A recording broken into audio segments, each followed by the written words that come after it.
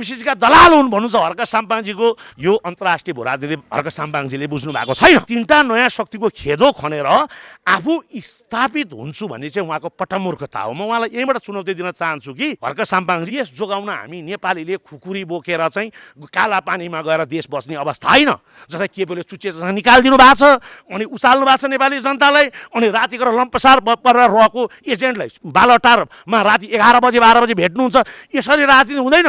Open हटेडले गर्नु छ राजनीतिको। विदेशीहरूमा सन्तुलित सम्बन्ध राख्ने, पुरा जनतालाई एउटा गर्ने, अर्कोलाई उचालेर देशका जनतालाई भाँडेर नै आज हाम्रो यो परिस्थिति निर्माण भएको। अहिलेको अवस्थामा जनताले हर्क साम्पाङलाई पनि मन पराउँछ। उहाँ मेहनती हो, ढुङ्गा उचाल्छ भनेपछि अर्कोतिर बालेन शाहलाई मन पराउँछ। दुवैजना भित्र देशप्रेमी छ, देशको माया छ, माटोको माया छ। फेरि यो दुवैजना नदीको त्यो किनारा जो कहिले एक हुन सक्दैन, के हो, के परिआयो? अनि यो यस्तो रहेछ, म मात्रै माध्यम छैन दुवैले एक होइन, हामी प्रयासमा छौँ। ढिलो चाँडो हर्क साम्पाङजी पनि एकीकरणमा नआए पनि गठबन्धनमा आउनुहुन्छ भने हामीलाई पूर्ण विश्वास छ। र यसैको लागि मैले राष्ट्रिय परिवर्तन पार्टी हर्क साम्पाङको श्रम शक्ति पार्टी बराबर शक्तिको पार्टी सपुरमा उहाँको 3 जना संयोजकलाई अहिले मैले यहाँ बोलाएको छु र अहिले मेयर साहबसँग भेटाएर हामीले एक चरणको वार्ता गरेर उहाँहरूसँग हामी एकीकरणको प्रोसेसमा जाँदैछौँ। गठबन्धन गाठे बन्धन ती चौतर्फी विरोध गर्ने मान्छे गठबन्धनमा आउँछ भने जस्तो लाग्छ। गठबन्धन नआयो भने अब उहाँको 4 देखि 6 लाख भोट आउँछ समानुपातिक। त्यो त म पूर्ण विश्वास छ।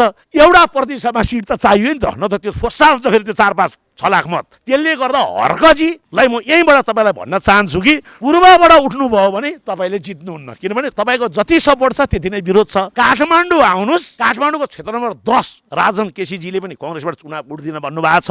त्यहाँ आउनुहोस्, गठबन्धन गरौँ, तपाईँले जित्नुहुन्छ, न त पूर्वमा चुनाव लडेर तपाईँले जित्नुहुन्न। यो चाहिँ मेरो निर्की होला यो रानीजी। तपाईँ चाहिँ कहाँदेखि कुन ठाउँबाट चुनाव लड्नुहुन्छ? मेरो हेर्नु, म अहिलेसम्म चाहिँ अब कस्तो थियो भने मैले आफ्नै पार्टी खोलेको थिएँ, जनादेश पार्टी थियो। उनीहरू काठमाडौँ क्षेत्र नम्बर 1 मा मेरो दाबी थियो। अब म अहिले मेयर बालेन शाहको समूहमा प्रवेश गरिसकेको छु। अब यो समूह प्रक्रियागत छ राजसभामा जान। अब त्यहाँ हाम्रो वरिष्ठ नेताहरूले अब नेतृत्वले अब मेरो टिकट जहाँ मलाई दिन्छ र अब त्यहाँ भनेको छ टिकट दिँदाखेरि चाहिँ सक्षम, समावेशिता र लोकप्रिय, अलिअलि त लोकप्रिय त आन्दोलन तपाईँले मलाई बनाइदिनु भएको छ नि। सक्षम त हेर्नुहोस्, म 26 वर्ष नेपाली सेनाको एउटा सहसचिव बराबर स्तरको म एउटा फर्स्ट क्लास अफसर हुँ र मैले 4 वर्ष विदेशमा पनि योगदान पुर्याएको छु र साथसाथै म हिजो हजबुल्लासँग पनि युद्ध लडेको, माओवादी जनयुद्धमा 2टा गोली लागेर घाइते भएको व्यक्ति हुँ। त्यसले गर्दा मेरो चाहिँ दाबी चाहिँ काठमाडौँ क्षेत्र नम्बर 1 मा रहने नै छ। त्यसो पक्का तपाईँ चुनावमा टिकट पाउनुहुनेछ। जुन तपाईँहरूले मलाई अहिलेसम्म 3.5 मा जुन साथ दिनुभएको छ, तपाईँ विशेष गरेर तपाईँ लगायत मिडियाका अरू साथीहरूले, उहाँहरू सबैलाई धन्यवाद पनि दिन चाहन्छु। र टिकटको दाबीको आधार भनेकै त मिडिया हो नि। र अहिलेका तपाईँको सबैतिर आरोपीसँग अहिलेका मन्त्रीहरू पनि कुनै न कुनै आइएनजीको हन्डी खाइरहेको छन् भन्ने कुरा ट्र्याक रेकर्ड त्यो स्वाभाविक पनि देखिन्छ नै। र त्यसले गर्दाखेरि मैले एउटा कुरा के भन्न चाहन्छु भने कुलमानजीले पनि एउटा व्यवस्थाकी क्षमता, उहाँको पनि कहाँ विदेशीहरूसँग राम्रो सम्बन्ध, अस्ति युरोपतिर पनि आउनु, अमेरिका गएर मिडल इस्टतिरमै घुमेर आउनुभयो, रविजी त अमेरिकै बसेर आउनु भएको। त्यो भन्दैमा एजेन्ट होइन, काहीँ न काहीँ केही चाहिँ हुनसक्छ फाइदा लिएका आर्थिक फाइदाहरू, त्यो चाहिँ म नकार्न सक्दिनँ। तर बालेन शाह चाहिँ एउटा यस्तो निष्कलङ्क छवि हो कि जुन उहाँले एक दिन राति स्ट्याटस पनि लेख्नु भएको थियो 11:30 बजेतिर, तपाईँले त्यो निकै नै भाइरल पनि भएको थियो, विरोध पनि भएको थियो, तर युवाहरूले त्यसलाई फेरि समर्थन गरेको अवस्था पनि थियो। भनेर त म चाहिँ के भन्न चाहन्छु भने जानेर नजानेर आइएनजिओबाट सहयोग पाएको हुनसक्छ।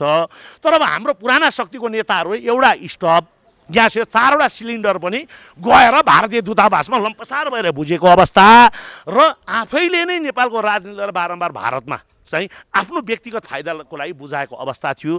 त्यो चाहिँ अब हुँदैन। अब नयाँ नेपालमा त्यो हुँदैन।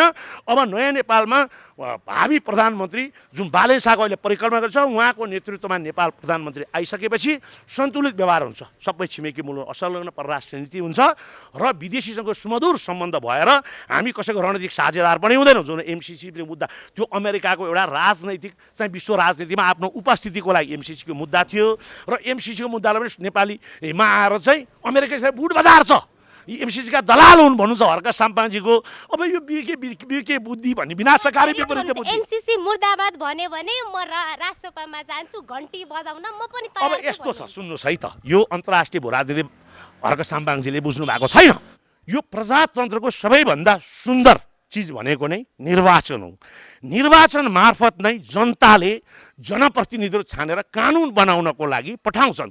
तर हाम्रो मुलुकमा विडम्बना के छ, कानुन बनाउने ठाउँमा जाने जो सांसद खरिद बिक्री छ, टिकटको लागि एउटा मेयरले 5 करोड तिर्नुपर्ने छ आर्जु भाउजूहरूलाई, र त्यहाँ जम्मै बिचौलिया उद्योगी व्यवसायीहरू लगायत चाहिँ निर्माण व्यवसायीहरू जुन बिचौलियाहरू छन् तिनकै संसदमा टिकटको पाउने हालिमुहाली छ पुरानो 3टा पार्टीहरूको। त्यसले गर्दाखेरि त्यो पनि यो नयाँ शक्तिले तोड्नको लागि र निर्वाचन हुने कुरामा चाहिँ म पूर्ण आशावादी छु। किनभने निर्वाचन अहिले जम्मा 3टा शक्तिलाई चाहिएको छ। नम्बर 1 नेपाली सेना। किन भन्नुहुन्छ भने नेपाली सेनाले जुन आफ्नो 262 वर्षको गौरवपूर्ण इतिहास र प्रतिष्ठालाई बचाउनको लागि जुन उहाँलाई सिंहदरबार र शीतल निवास जलेका घटनाहरू छन् र त्यसबाट के आरोपित भएको अवस्थामा सेनाले चाहिँ संविधान सम्मत तरिकाले पूर्ण रूपमा अहिलेको सरकारको मेरुदण्ड भनेको नेपाली सेना हो। त्यसले गर्दा यो निर्वाचन समयमै गराएर एकीकृत निर्वाचन सुरक्षा प्रणालीको चाहिँ नेतृत्व पनि नेपाली सेनाले गरेको अवस्था छ।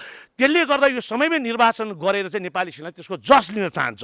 दोस्रो निर्वाचन चाहिएको प्रधानमन्त्री सुशीला कार्कीज्यूलाई, किनभने उहाँलाई पार्टी खोल्नु पनि छैन, पैसा कमाउनु पनि छैन, राजनीति गरेर लामो समयसम्म प्रधानमन्त्री बन्नु पनि छैन।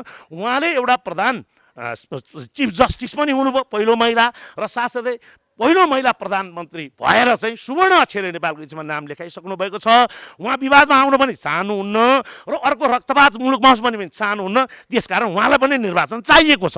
तेस्रो खालको निर्वाचन चाहिएको भारत हो, हाम्रो छिमेकी राष्ट्र। किनभने छिमेकी र हाम्रो सांस्कृतिक सम्बन्ध र खुला बोर्डर 1780 किलोमिटरको र रोटी बेटीको सम्बन्धले गर्दाखेरि नेपालमा असुरक्षाको स्थिति बढ्यो र नेपालमा वेस्टर्न शक्तिहरूले खेल्न थाल्यो भने त्यसको प्रत्यक्ष प्रभाव भारतलाई पर्ने भएको कारणले गर्दा यो 3टा नेपाली सेना, प्रधानमन्त्री र भारतले निर्वाचन चाहेको हुनाले यो निर्वाचन समयमै 10-15 दिन तलमाथि हुन सक्छ।